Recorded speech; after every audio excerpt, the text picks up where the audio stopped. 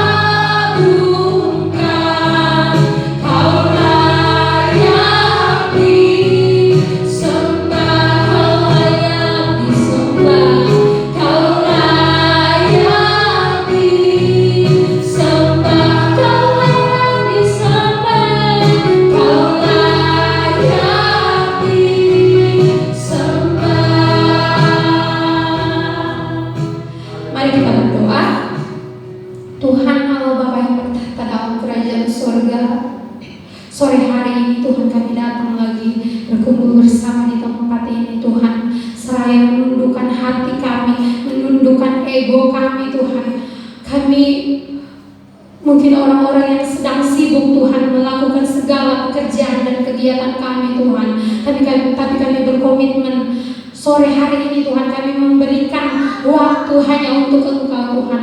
Karena itu Tuhan, biarlah Engkau yang menjamah seluruh hati pikiran kami Tuhan, agar kami duduk di tempat ini Tuhan, bukan hanya sekedar duduk, bukan hanya sekedar untuk menyanyi bersama Tuhan, untuk mendengarkan firman Tuhan, untuk agar orang bisa melihat bahwa kami datang Tuhan untuk bersekutu, tapi kami benar-benar datang karena kami merindukan-Mu Tuhan, kami merindukan hadirat-Mu Tuhan.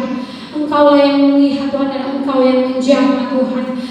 Engkau lembutkan setiap hati kami Tuhan, sehingga kami dapat mengikuti ibadah ini Tuhan, daripada awalnya sampai pada berakhirnya nanti dengan benar-benar setulus hati hanya untuk memuliakan nama-Mu Tuhan. Dan biarlah ibadah ini Tuhan berjalan sesuai dengan kehendak-Mu Tuhan, dari awal, pertengahan, keseluruhan ibadah kami Tuhan hingga pada berakhirnya. Ini doa kami padamu Tuhan. Kami berdoa, kami mengucap syukur hanya di dalam nama Tuhan Yesus Kristus. Haleluya, amin. Kita akan mendengarkan kebenaran firman Tuhan yang akan disampaikan oleh hambanya. Namun sebelum itu, mari kita sama-sama menyanyikan satu pujian yang berkata, terlalu besar kasih-Mu Bapa.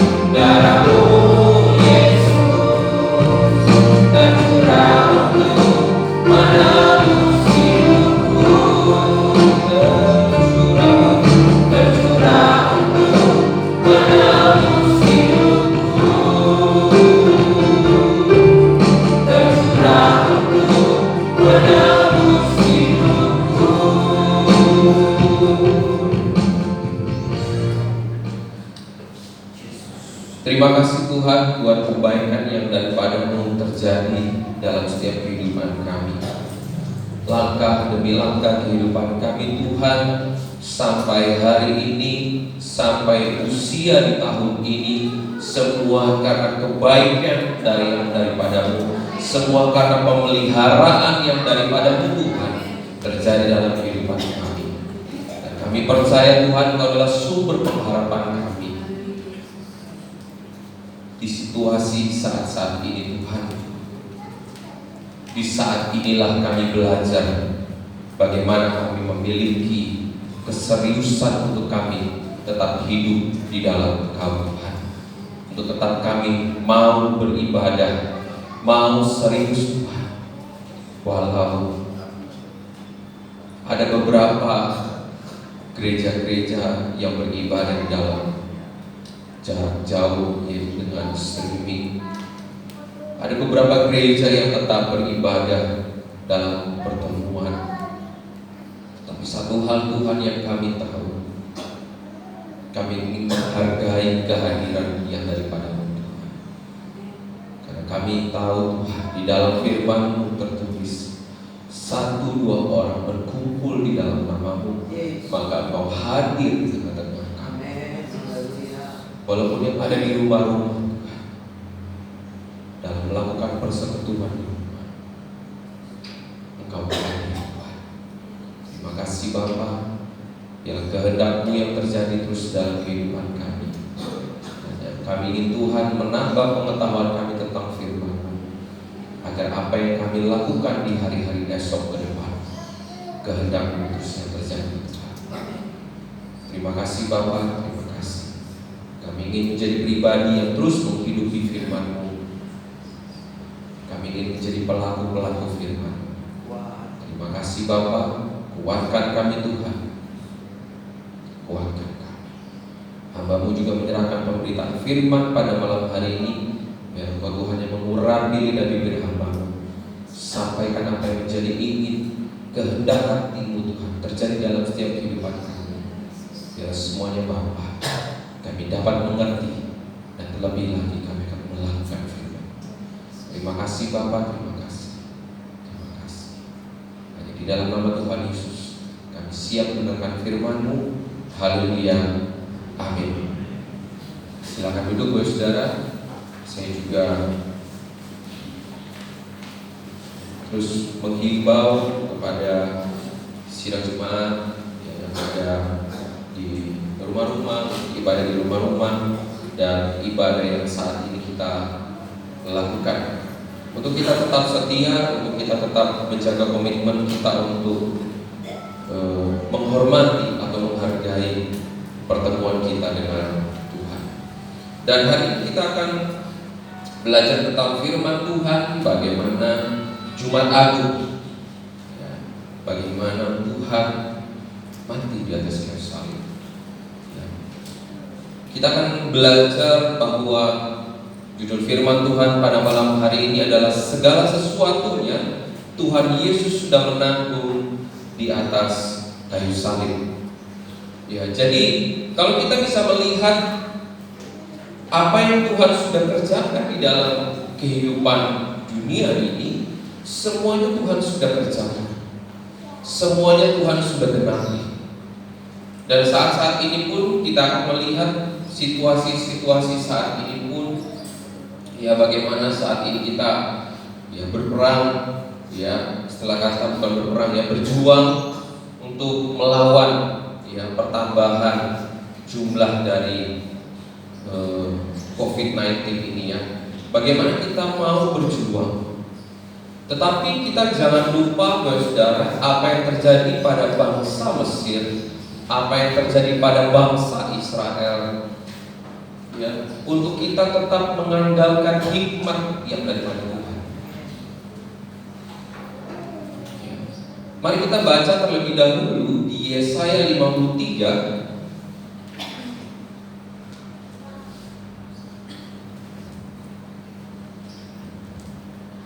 Yesaya 53 ayat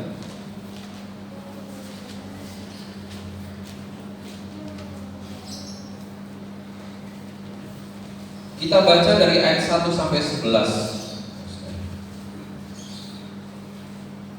Kita akan baca secara bergantian.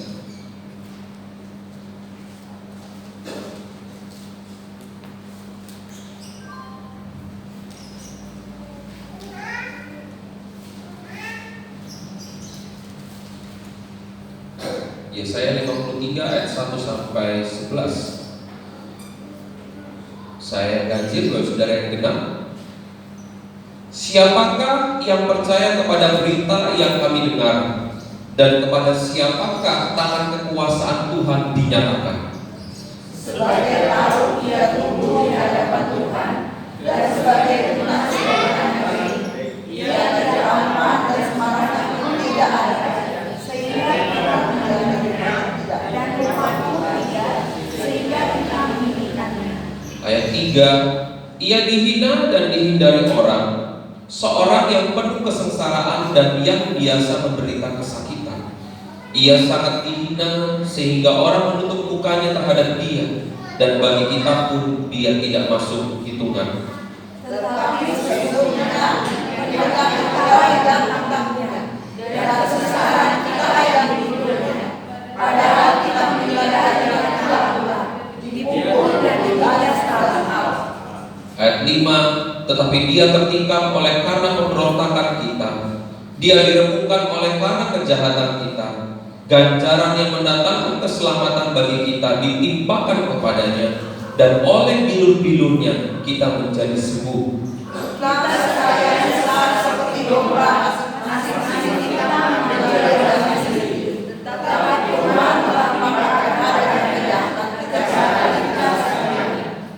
Dia dianiaya, tetapi dia membiarkan diri ditindas, dan tidak membuka mulutnya seperti anak domba yang dibawa ke pembantaian, seperti induk domba yang keluh di depan orang-orang yang menggunting bulunya, ia tidak membuka mulutnya.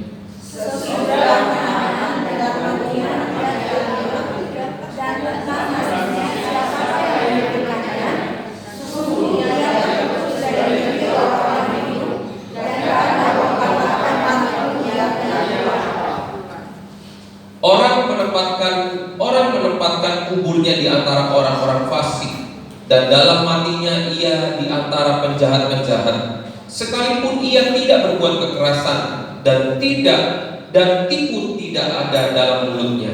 tetapi Tuhan menghadap kerendahan badan dan kesakitan, apabila dia menyerahkan dirinya sebagai korban yang bersalah, dia akan bayar keuntungannya, hukumnya akan lanjut, dan tinggal Tuhan akan terlaksana olehnya. Ayat 11, sesudah kesusahan jiwanya, ia akan melihat terang dan menjadi puas, dan hamba-Ku itu sebagai orang benar akan membenarkan banyak orang oleh hikmatnya, dan kejahatan mereka dia pikul. Kita melihat bahwa nubuatan dari Nabi Yesaya, bagaimana Nabi Yesaya membawakan satu pemberitaan tentang anak manusia yang akan menebus segala dosa umat manusia. Sebelum ada perjanjian baru, kita bisa melihat Nabi Yesaya sudah menubuatkan, sudah menjelaskan. Kita bisa melihat, saya akan membacakan kembali di ayat 4 dan ayat 5. Tetapi sesungguhnya penyakit kita lah yang ditanggungnya, dan kesengsaraan kita yang dipikulnya, padahal kita mengira dia kena ulah, dipukul dan ditindas Allah. Ya. Kalau kita bisa melihat orang atau pribadi yang disalibkan, itu adalah berarti pribadi yang melakukan kejahatan, yang dijauhi, yang mendapatkan hukuman dari Allah. Tetapi kita bisa melihat pribadi Tuhan Yesus yang sudah memberikan pengajaran tentang firman, memberikan mujizat demi mujizat, menyadarkan banyak orang, memberi satu pesan bahwa hanya melalui Tuhan Yesus pribadi diselamatkan. Nah, kita bisa melihat bahwa firman Tuhan di Yesaya 53 jelas. Ya, ada satu pribadi yang akan dihukum di antara penjahat-penjahat. Kita bisa baca kembali di ayat 9. Orang menempatkan kuburnya di antara orang-orang fasik. Ya, saudara. Lalu selanjutnya, dan dalam matinya ia ada di antara penjahat-penjahat. Sudah jelas. Jadi adanya perjanjian baru bukan diada-ada, tapi memang itu dalam penggenapan firman. Saat ini pun kita terjadi sebuah wabah, hampir seluruh negara mengalaminya. Negara kita pun mengalaminya. Seperti bangsa Mesir dan bangsa Israel melihat tulah-tulah itu terjadi dalam negeri Mesir. Tapi apa yang dilakukan oleh Raja Firaun? Apa yang dilakukan oleh bangsa Mesir? Mereka mengandalkan kekuatan manusia. Mereka mengandalkan apa? Kemampuan manusia. Raja Firaun mengeraskan hatinya. Dan hari-hari ini pun juga jangan sampai kita lupa. Lembutkanlah hati kita. Andalkan kuasa Tuhan. Ya, walaupun saudara ada beberapa yang saat ini sedang beribadah, ya, secara dikatakan beribadah secara online. Adapun juga kita beribadah secara bertemu. Tetapi satu hal, mari kita mengandalkan kuasa. Jangan kita mengandalkan kemampuan dari manusia atau kekuatan manusia. Mari kita mengandalkan kuasa. Karena sudah jelas, Yesaya 53 sudah menjelaskan apa yang akan dialami oleh anak manusia, apa yang akan dialami oleh Tuhan Yesus. Sudah jelas, pengorbanan di atas kayu salib. Maka begitu kita datang beribadah, saya mewanti-wanti, saya memberikan satu ingatan kepada kita semua. Mari kita beribadah dengan sungguh-sungguh. Ya saudara, jangan kita beribadah main HP. Ya, mungkin kita saat ini sedang beribadah di rumah. Ya, jangan kita santai. Karena apa? Kita datang di hadapan Tuhan adalah keseriusan dari hidup kita. Ini ujian, saudara. Sebenarnya ini adalah ujian iman kita. Bagaimana kalau kita beribadah di dalam rumah? Bagaimana seorang pemimpin keluarga akan memimpin ibadah? Bagaimana? Dan di situ kita akan alami bagaimana kita serius di hadapan. Mungkin kita akan melihat, mungkin atau kita akan menyaksikan orang yang beribadah di rumah. Nyantai lah, yang penting sudah jam lulus. Yang penting kita udah baca firman Tuhan beres. Tapi kita tidak ada awalan dulu kita datang menyembah. Saudara, memang ada saatnya iman kita harus diuji. Dan saat keadaan situasi saat ini, iman kita diuji. Ya, saudara. Jadi ada sebuah hal, jangan kita menjadi pribadi yang enak-enakan nggak ibadah, gitu, saudara. Ada sebuah alasan, kan ada ini wabah ini, jadi kita nggak bisa ke gereja, kita ibadah online saja. Tapi dengan ibadah online itu kita tidak serius.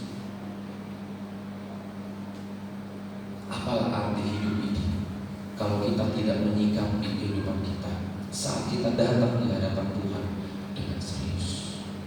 Saudara, apa yang kita bisa lindungi dalam kehidupan kita? Kalau kita mengandalkan kekuatan kita sendiri. Contoh saudara, kalau kita mungkin baca dari hikmat manusia bahwa virus ini bisa tertular dengan apa? Kalau benda mati atau apa yang kita sentuh itu tidak lagi disterilkan. Ya kan saudara, kalau mungkin kita lihat dengan media uang, kita bisa tertular. Apalagi kalau kita sampai bersentuhan. Apalagi mungkin kita tidak menggunakan masker. Kalau misalnya ada orang bersin yang sedang mengalami positif, kita akan tertular. Apa yang menjadi perlindungan dalam hidup kita kalau kita mengandalkan kekuatan kita? Hanya di dalam kuasa nama Yesus. Hanya di dalam saat kita melembutkan hati kita, kita minta pertolongan daripada Tuhan. Tuhan, tolong lindungi keluarga kami. Tuhan, lindungi keluarga saya. Tuhan, lindungi saya. Saudara, apakah kita tidak akan bekerja? Itu tidak mungkin. Kita lihat dari pemimpin negara kita dalam mengambil keputusan sangat berhati-hati. Karena saudara, kalau misalnya dalam istilah saat ini lockdown, ya, stop semua, bagaimana keadaan negara? Bagaimana juga kehidupan kita kalau kita lockdown? Kita nggak bisa meneruskan hidup kita. Tapi dengan hikmat Tuhan, kita akan mampu bertahan. Amin, saudara. Ya. Maka itu dengan pengorbanan Tuhan Yesus di atas kayu salib, kita harus sadar, saudara, bahwa apa yang dinubuatkan oleh Nabi Yesaya semuanya sudah digenapi. Apa yang sudah terjadi pada bangsa Mesir sudah terjadi, sudah digenapi. Jadi kita jangan main-main lagi untuk kita datang beribadah. Mungkin saudara minggu ke depan kita mungkin beribadah secara online. Saya mengingatkan saudara yang hadir di tempat ini, saya mengingatkan juga saudara yang mungkin saat ini ibadah di rumah-rumah, harus dengan serius. Berikan waktu. Saudara mungkin yang buka usaha, tutup dulu tokonya. Ya, kalau misalnya malam hari belum tutup dulu tokonya. Berikan waktu 1 jam sampai 2 jam untuk kita bersekutu dengan Tuhan. Ya, saudara. Ini ujian iman kita, mau lakukan firman Tuhan atau tidak. Kalau kita tidak beribadah, apakah kita melakukan firman Tuhan, saudara? Jawabannya tidak. Ini ujian iman kita, saudara. Jadi mari, perlindungan yang daripada Tuhan itu nyata dalam setiap kehidupan kita. Mari buka slide yang nomor 3. Saya minta tolong. Makna nubuat dari Nabi Yesaya. Yang pertama adalah kuasa Tuhan dinyatakan dalam kehidupan anak manusia. Kita bisa baca di ayat pertama. Firman Tuhan, saya akan membacakannya. Siapakah yang percaya pada berita yang kami dengar, dan kepada siapakah tangan kekuasaan Tuhan di penggenapan firman Tuhan. Ya. Lalu yang kedua, pengorbanan Tuhan Yesus yang membuat kita memiliki iman yang sesungguhnya. Kita lihat penjelasannya di ayat 2. Sebagai talut ia tumbuh di hadapan Tuhan, dan sebagai tunas dari tanah kering. Adakah tunas bisa bertumbuh pada saat keadaan tanah kering? Saya minta jawaban dari saudara. Bisa? Tidak bisa. Tetapi hanya kuasa Tuhan yang mampu membuat kita tetap bertumbuh. Hari-hari ini atau situasi saat ini bisa, tapi belum sepenuhnya, saudara, dikatakan tunas kering. Tanah kering. Ya. Saat ini kita mau beribadah, ada batasannya, ya saudara ya. Karena apa? Kita harus membantu program dari pemerintah, tapi belum sepenuhnya dikatakan sebagai tanah kering.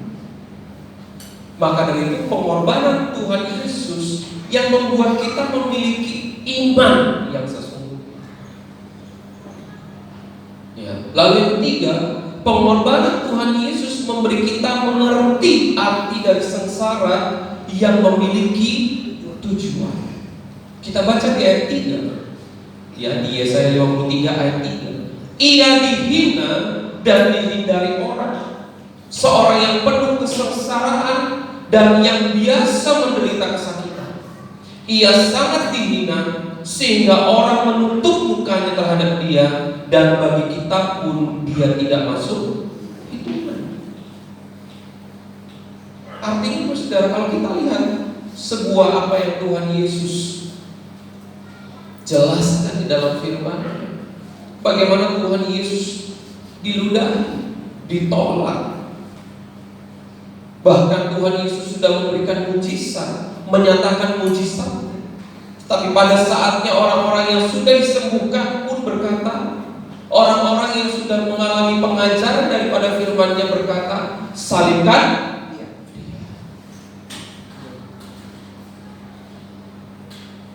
Yesus mengajarkan sengsara yang mempunyai tujuan. Dalam kita melakukan firman Tuhan, apalagi kalau nanti genaplah firman Tuhan, keadaan tanah kering, bagaimana tunas itu bertumbuh? Bagaimana iman kita bertumbuh di situasi nanti seperti tanah kering? Slide berikutnya. Pengorbanan Tuhan Yesus yang menanggung segala penyakit, segala kesengsaraan, segala tulah, segala penindasan, dan segala pukulan keadaan. Yesaya 53 ayat 4. Tetapi sesungguhnya penyakit kita yang ditanggungnya, dan kesengsaraan kita yang dipikulnya. Padahal kita mengira dia kena tulah, dipukul dan ditindas. Pasti orang berkata, kenapa dia harus disalibkan? Apakah dia melanggar hukum Allah? Apakah dia terkena tulah? Kenapa harus Tuhan Yesus sampai disalibkan? Raja siapa saudara yang menolak? Pemimpin siapa yang menolak untuk tidak memberikan keputusan salib kepada Kristus? Karena Pilatus tahu Tuhan Yesus tidak bersalah. Dia cuci tangan. Karena tahu saudara bahwa Yesus Kristus tidak bersalah. Tetapi Tuhan Yesus harus menghadapi sampai di atas dosa. Lalu yang berikutnya, pengorbanan Tuhan Yesus membuat kita mengerti jangan menjadi jiwa pemberontak terhadap firman-Nya. Jiwa pemberontak, saudara, nggak usah jauh-jauh. Saat mungkin kita ibadah online, tapi kita udahlah, yang penting baca firman Tuhan, nggak usah. Mungkin kita sudah dari perjamuan kudus, yang penting makan, yang penting angkat tangan, sudah selesai. Kita tidak melakukan firman Tuhan. Tahap sederhana kita untuk melakukan pemberontakan terhadap firman. Padahal Tuhan memerintahkan kehidupan kita untuk beribadah. Tetapi akan banyak ada orang akan menghiraukan yang namanya ibadah dengan situasi yang saat ini. Ada Bapak Saudara orang yang merasa nyaman ya dengan situasi ini, wah COVID-19 nyaman gak beribadah. Tapi ada orang juga merasa gelisah, tidak tinggal kita pilih yang mana. Firman-Nya itu dikatakan di ayat 5 yang poinnya itu. Tetapi dia tertikam oleh karena pemberontakan kita, dia diremukkan oleh kejahatan kita. Ganjaran yang mendatangkan keselamatan bagi kita ditimpakan kepadanya, dan oleh bilur-bilurnya kita menjadi sembuh. Nah, bagaimana kita mau menyikapi iman kita, mau menyikapinya bagaimana? Kalau usah jauh-jauh, saudara. Kita kadang-kadang sering namanya takut dulu, takut. Gak usah untuk menghadapi COVID-19 ini saja, saudara. Dalam kehidupan sehari-hari kita lebih takut dengan keadaan, tapi kita tidak lebih takut pada namanya firman Tuhan. Kita tidak takut sama Tuhan. Yang dikatakan tunas itu akan bertumbuh di tanah yang kering. Suatu hari nanti keadaan tanah kering itu yang lebih menguji iman kita. Saat ini belum terjadi, belum. Keadaan tanah kering itu belum kelihatan.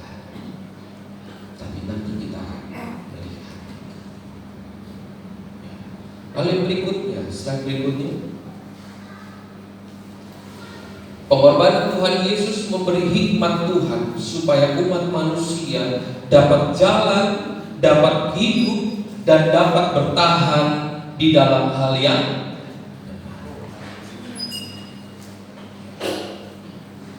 jadi bagaimana kita dapat bertahan di dalam hal yang benar?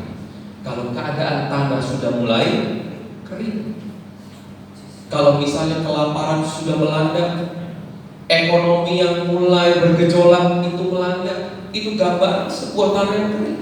Bagaimana tunas iman kita terus bertumbuh? Bagaimana kita mengandalkan kuasa Tuhan supaya hikmat Tuhan itu ada dalam kehidupan kita, supaya kita dapat bertahan di dalam hal ini.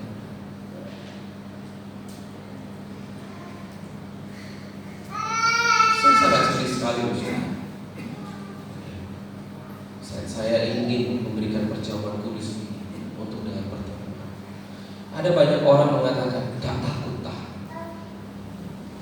Saya ditanya, gak takut tak kamu beribadah? Sedangkan gereja-gereja di Sumeneb ini semua online.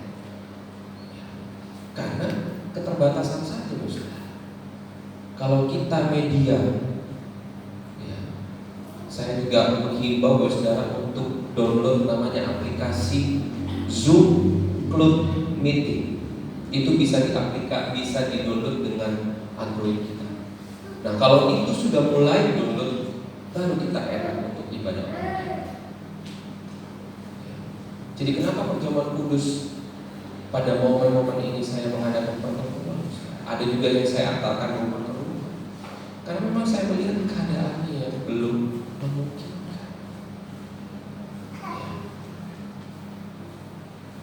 Karena kita harus menjangkau sampai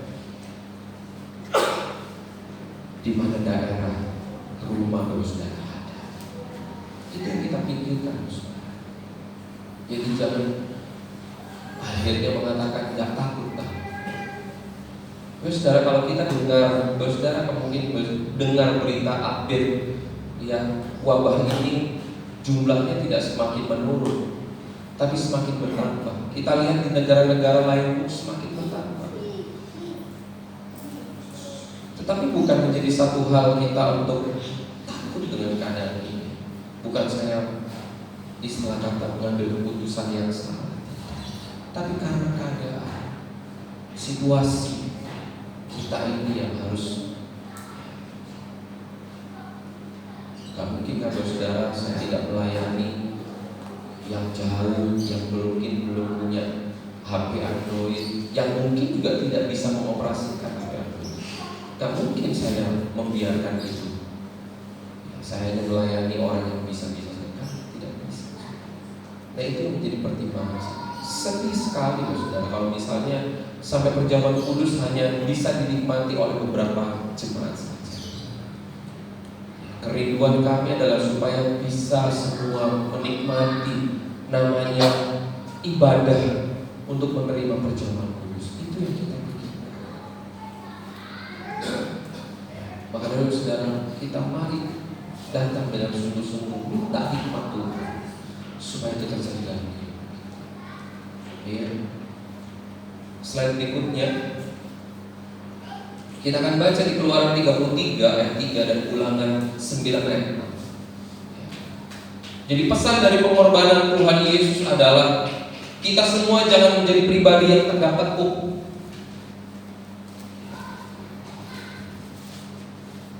Seperti kita lihat apa yang terjadi pada bangsa Mesir dan Israel.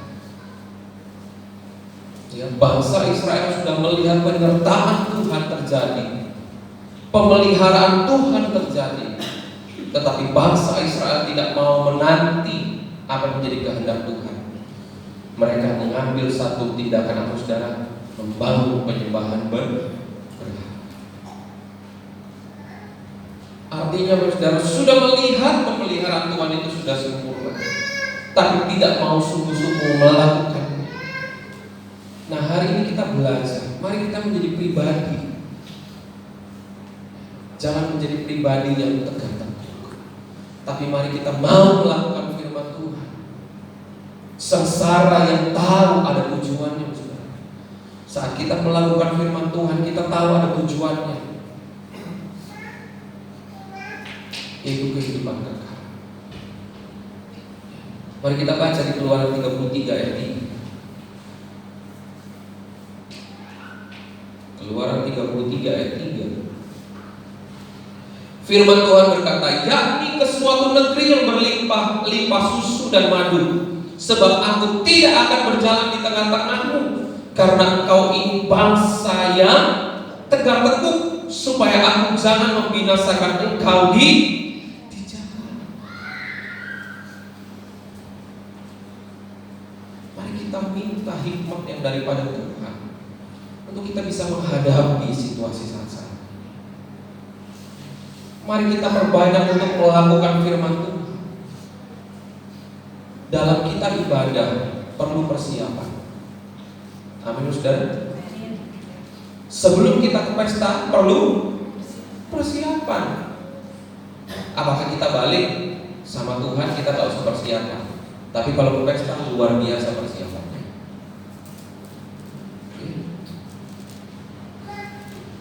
Kalau mau ke pesta 1 jam, bahkan 2 jam, bahkan 1 hari sebelumnya sudah kita siapkan dengan baik. Padahal kita diundang nih, bukan yang kita menyelenggarakan pesta.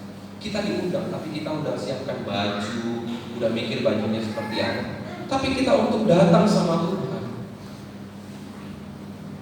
malah terbalik. Cuma 2 lagu, cuma 3 lagu, gampang. Karena kita harus. Hal-hal yang terpenting adalah bagaimana kita memberikan yang terbaik. Kenapa kita harus berdoa terlebih dahulu sebelum pelayanan? Persiapkan diri kita. Sekecil apapun atau sesederhana apapun pelayanan kita, itu berharga. Amin, saudara. Hidup kita ini berharga. Tuhan pelihara hidup kita ini seperti biji mata. Apakah kita tidak memberikan yang terbaik buat Tuhan? Apakah kita akan membalikkan situasi? Lalu kita baca lagi di Ulangan 9 ayat 6. Ulangan 9 ayat 6. Firman Tuhan berkata, jadi ketahuilah bahwa bukan karena jasa-jasamu Tuhan Allahmu memberikan kepadamu negeri yang baik itu untuk diduduki. Sesungguhnya engkau bangsa yang tegar. Firman Tuhan berkata, jadi ketahuilah bahwa bukan karena jasa-jasamu, tapi semua karena Tuhan, pemberian Tuhan. Kita bisa menikmati hidup ini, kita bisa menerima pekerjaan, kita bisa melakukan pekerjaan dengan baik, bukan karena kekuatan kita, tapi karena Tuhan yang memberikan. Bukan karena kepintaran kita mengatur toko dengan baik. Semuanya itu berasal daripada Tuhan. Ada pengalaman yang pahit, ada pengalaman yang manis, tapi Tuhan izinkan supaya kita menjadi pribadi yang bijak. Amin, saudara. Jadi kenapa kita harus datang di dalam hadirat Tuhan? Kita beribadah di dalam rumah. Kita harus persiapan dengan sungguh-sungguh. Kenapa kita harus persiapan dengan sungguh-sungguh? Karena kita memperoleh semuanya karena pemberian.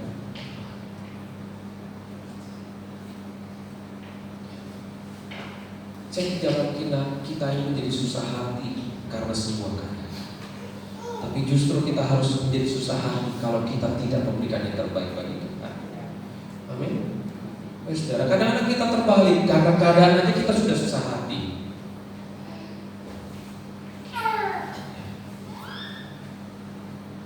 Tapi kita tidak susah hati kalau kita, iya ya, aku gak kasih yang terbaik buat Tuhan. Kita nggak susah hati, tenang-tenang aja Pak. Jadi mari saudara, kita jangan menjadi pribadi yang tegar. Apa yang Tuhan firmankan, mari kita kerjakan. Jangan kita mengatakan, gak mungkin itu terjadi. Jangan saudara. Jangan firman Tuhan dipikirkan secara logika. Tapi firman Tuhan itu akan dahsyat dalam kehidupan kita kalau kita melakukannya dengan luar biasa. Amin saudara. Kalau kita melakukan dengan sepenuh hati, pasti Tuhan jawab. Ada waktu Tuhan untuk menjelaskan semua. Mari kita baca di 1 Petrus 2 ayat 9. Slide berikutnya.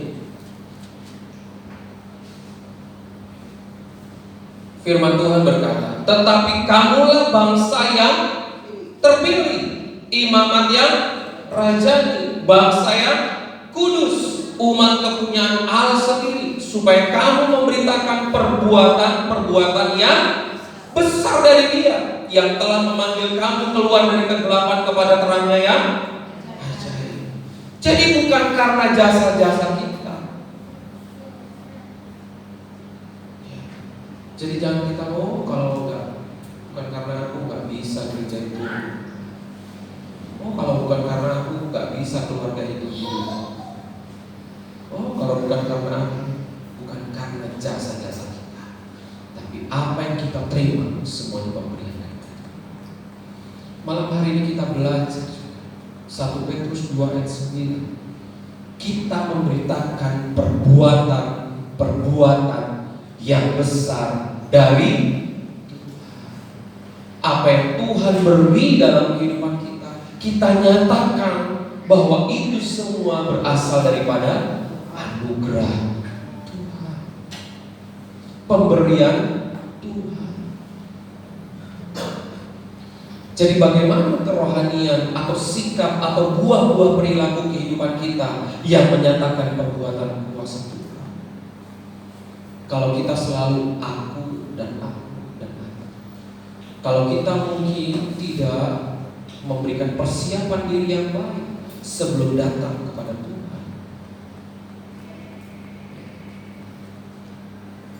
jadi kita untuk menyatakan perbuatan-perbuatan yang besar.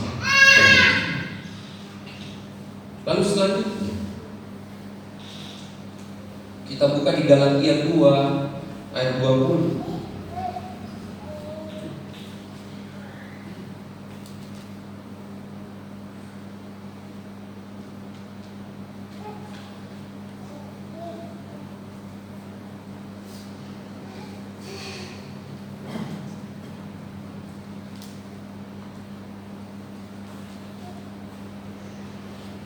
Saya minta tolong sama Dina, bisa bukakan slide yang berikutnya.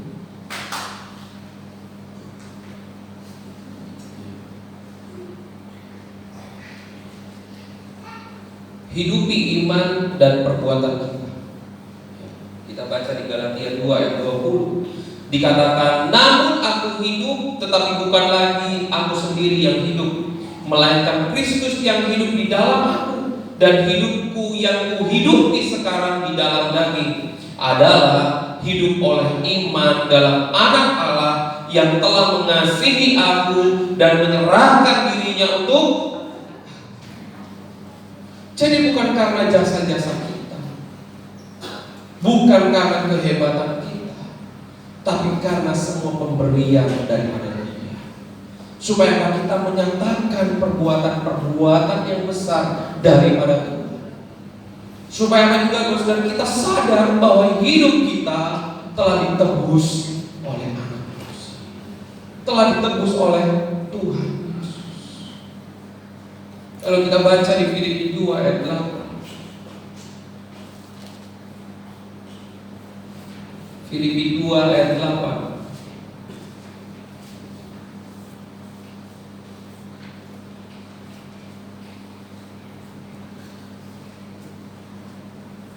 Dan dalam keadaan sebagai manusia, Ia telah merendahkan dirinya dan taat sampai mati, bahkan sampai mati di kayu. Tuhan Yesus taat karena mengasihi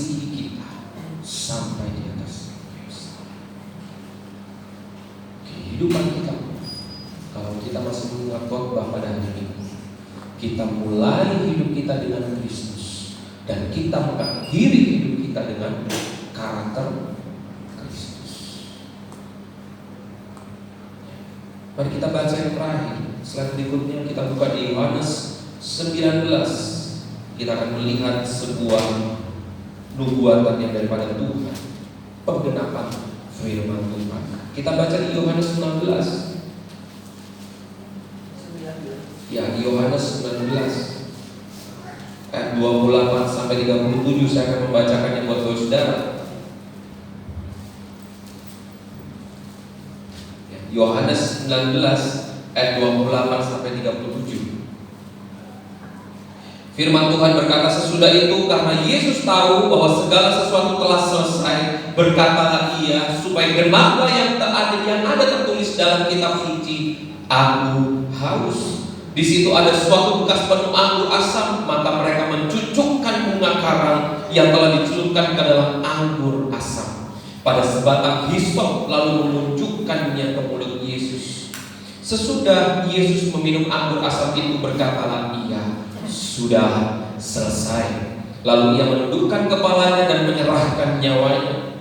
Ayat 31, karena hari itu hari persiapan, dan supaya pada hari Sabat mayat-mayat itu tidak tinggal tergantung pada kayu salib, sebab Sabat itu adalah hari yang besar. Maka datanglah orang-orang Yahudi kepada Pilatus dan meminta kepadanya supaya kaki orang-orang itu dipatahkan dan mayat-mayatnya diturunkan. Maka datanglah prajurit-prajurit lalu mematahkan kaki orang yang pertama dan kaki orang yang lain yang disalibkan bersama-sama dengan Yesus.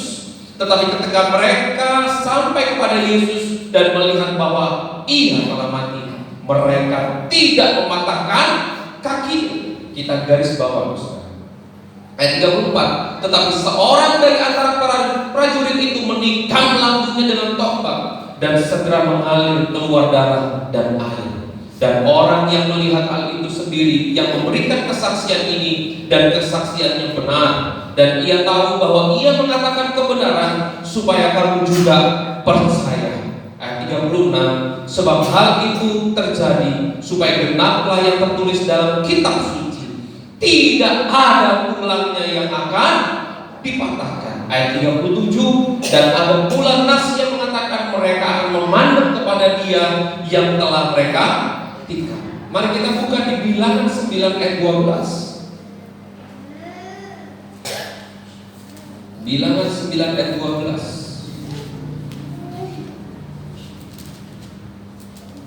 Tadi kita baca Yohanes adalah perjanjian baru. Kita buka di Bilangan adalah perjanjian lama. Bilangan 9 ayat 12.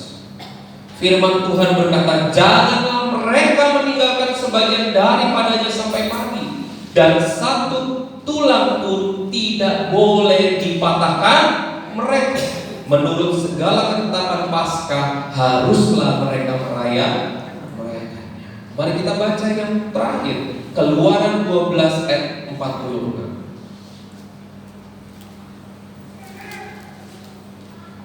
Keluaran 12 ayat 46.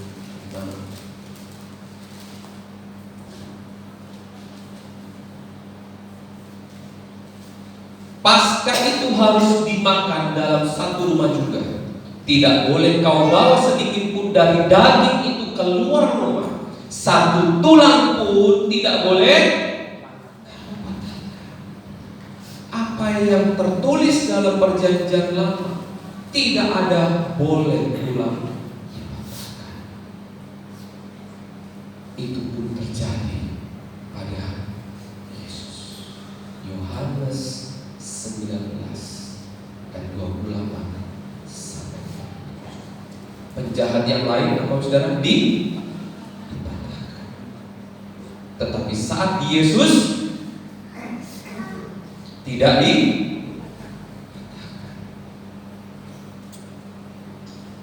Apa yang harus kita lakukan? Karya penebusan itu terjadi buat kehidupan kita. Kita serius beribadah di hadapan Tuhan. Jangan main-main. Kita datang memuji dan menyembah Tuhan saat saat kita mendengar firman Tuhan serius, karena firman Tuhan adalah bekal hidup kita. Ya. Urusan apa yang dalam HP apa nanti dulu, pikiran kita fokuskan. Mungkin sebelum ibadah kita ada masalah, kita kosongkan dulu. Kita benar-benar serius datang sama Tuhan. Jangan dengan apa yang terjadi, dengan apa yang menjadi fasilitas, akhirnya membuat kita lupa untuk datang dengan serius.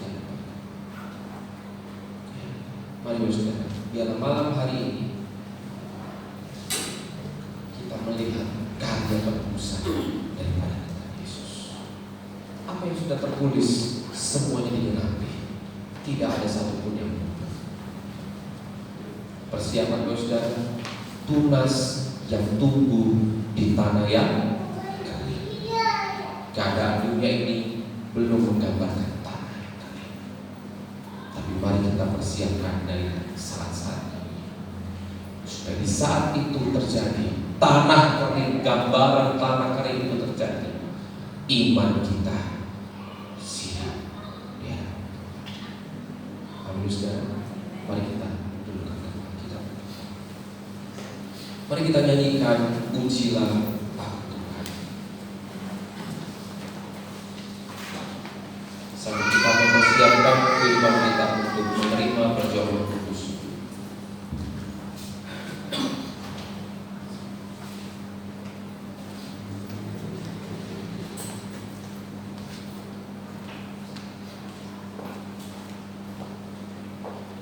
Mari kita mengucapkan syukur. Terima kasih.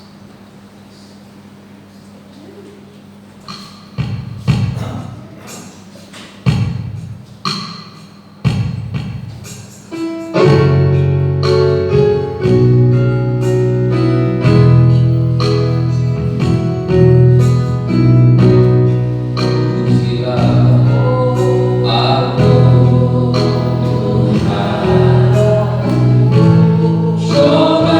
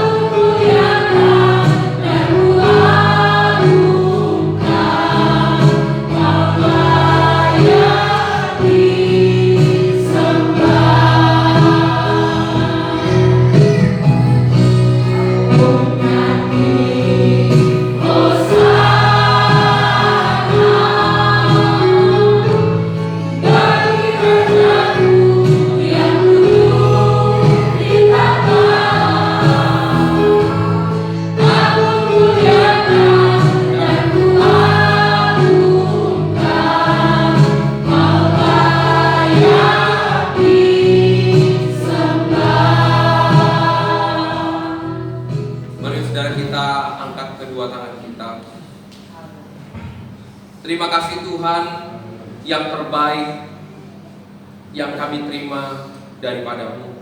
Semua karena kasih anugerah-Mu Tuhan. Dan kami tahu bukan karena jasa-jasa kami, bukan karena kekuatan kami, bukan karena kemampuan kami Tuhan, tetapi semuanya apa yang kami nikmati adalah pemberian yang daripada-Mu. Tuhan, terima kasih. Penebusan dosa yang daripada-Mu Tuhan, kami buktikan dengan iman dan perbuatan. Kami nyatakan dalam setiap kehidupan kami, supaya kami dapat menceritakan perbuatan-perbuatan yang besar yang daripada kasih anugerah yang daripada-Mu. Terima kasih Bapa untuk segalanya. Terima kasih. Sucikan kami Tuhan, layakkan kami Bapa. Kami minta ampun di hadapan-Mu. Saat kami meminta ampun, bukan berarti berulang-ulang kami melakukan dosa, tetapi kami meminta ampun kepada-Mu Tuhan.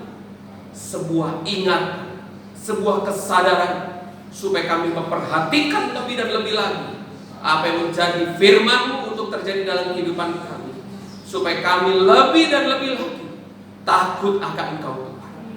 Terima kasih Bapa, terima kasih Tuhan Yesus. Terima kasih. Kami juga para pelayan perjamuan kudus, kami menyerahkan segalanya saat kami membagikan darah dan daging-Mu Tuhan dalam rupa roti dan anggur. Layakkan kami Tuhan. Terima kasih Bapa, terima kasih. Di dalam nama Tuhan Yesus kami sudah berdoa dan mengucap syukur. Haleluya. Amin. Mari kita nyanyikan bunyinya Hosana.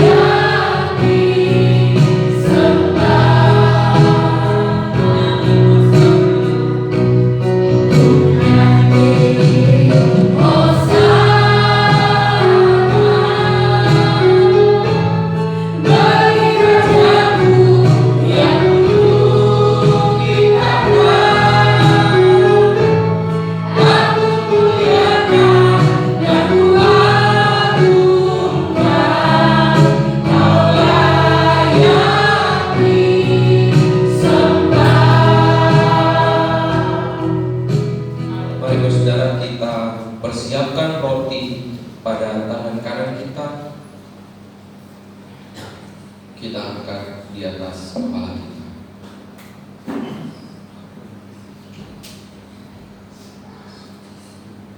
Mari kita mendengarkan firman Tuhan. Sebab apa yang telah kuteruskan kepadamu telah kuterima dari Tuhan, yaitu bahwa Tuhan Yesus pada malam waktu Ia diserahkan mengambil roti, dan sesudah itu Ia mengucap syukur atasnya. Ia memecah-mecahkannya dan berkata, "Inilah tubuhku yang diserahkan bagi kamu. Perbuatlah ini menjadi peringatan akan aku." Mari saudara kita makan bersama.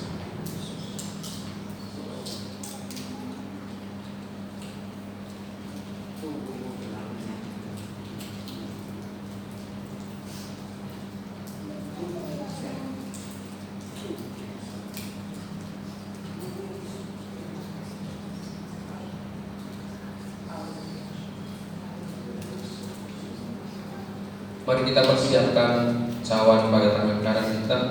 Kita angkat di atas kepala kita.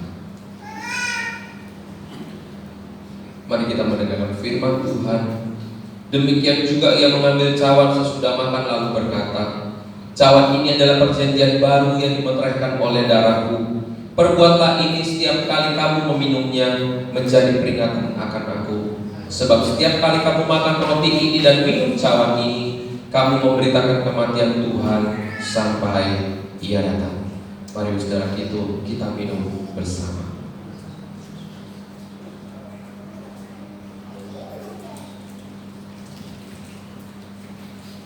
Mari kita mengucapkan syukur. Terima kasih Tuhan, buat pengorbananmu di atas Kristus. Jumat lalu ini adalah ibadah yang membuat kami semakin sadar, yang mengingatkan kehidupan kami bahwa Engkau Tuhan sudah memberikan nyawa bagi kami, menebus dosa-dosa kami Tuhan. Ajarlah kami mengerti arti pengampunan. Ajarlah kami mengerti Tuhan saat kami mengucapkan minta ampun di dalam hadirat-Mu. Dalam pengertian saat kami meminta ampun, bukan berarti kami melakukan dosa atau kami melakukan pada dosa yang sama, tetapi kami mempunyai komitmen. Kami sadar Tuhan, saat kami meminta ampun di dalam hadirat-Mu, mengingatkan kehidupan kami untuk kami tetap hidup di dalam hal yang benar, hidup untuk melakukan firman-Mu, hidup melakukan kasih. Terima kasih Bapa untuk segalanya.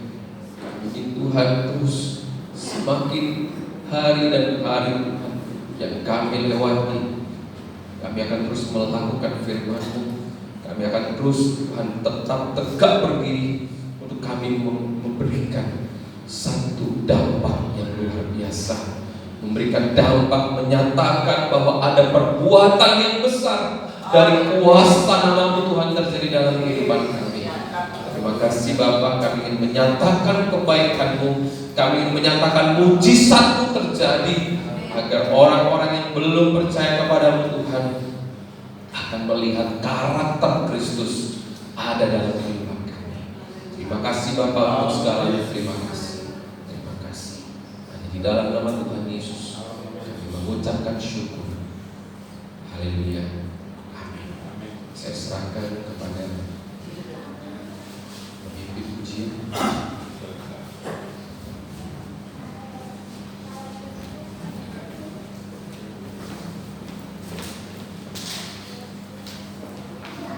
Kita akan bersama-sama memberikan persembahan, dan silakan mempersiapkan persembahan masing-masing. Hari ini persembahan 1 dan persembahan 2 akan dijalankan secara bersama-sama. Jadi silakan dipersiapkan, dan untuk kolekte yang berwarna hitam itu adalah persembahan 1 pertama, sedangkan kolekte yang berwarna merah itu adalah persembahan yang kedua. Jika semua sudah mempersiapkan persembahannya masing-masing, kita akan berdoa. Mari kita satu dalam doa. Tuhan Yesus, pada hari ini kami akan memberikan korban persembahan Tuhan. Kiranya Engkau yang memberkati sehingga persembahan ini jadi hal yang berguna untuk memperlebar kerajaan-Mu Tuhan, berguna untuk membantu siapapun yang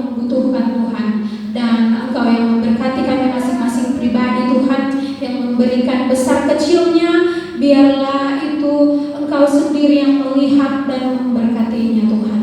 Kami sudah siap Tuhan untuk memberikan korban persembahan. Kami berdoa mengucap syukur hanya di dalam nama Tuhan Yesus Kristus. Terima kasih Tuhan. Amin.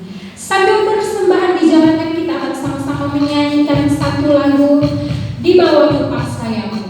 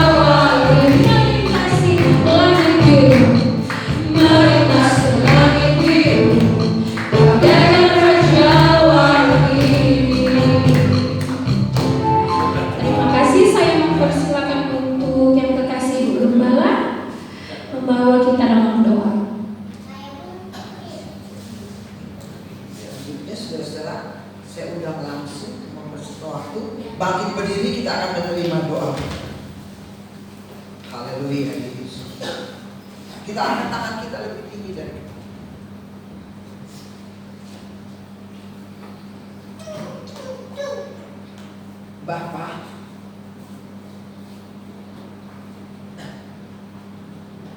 hamba mengucapkan syukur kepada Engkau. Sampai saat ini Tuhan, kami masih merayakan daripada hari kematian Engkau, di mana Engkau mati untuk segala menebus dosa kami. Bukan saja untuk keselamatan kami, tetapi Tuhan juga menjauhi segala penyakit yang melanda hati. Hamba juga berdoa buat sidang jemaatmu yang mengikuti kebaktian di rumah Tuhan. Yang sakit Engkau beri kesembuhan. Dan dalam kelemahan Engkau beri kekuatan. Biarlah firman-Mu yang mereka telah dengar itu merema di dalam kehidupan kami.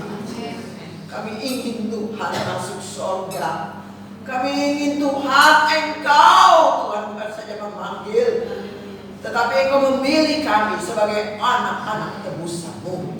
Untuk itu kami mengangkat tangan kami, Tuhan Yesus. Untuk kami memohon berkat dan terus belas kasihan-Mu turun atas kami. Katakan amin.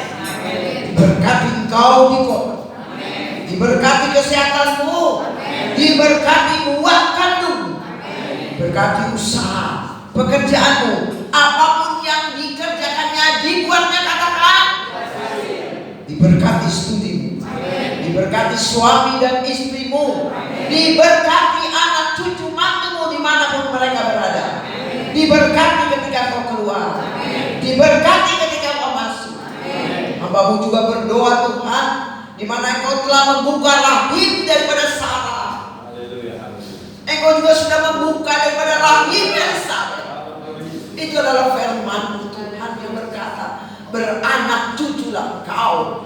Genapilah Tuhan setiap kerinduan sidang jemaatmu di tempat ini.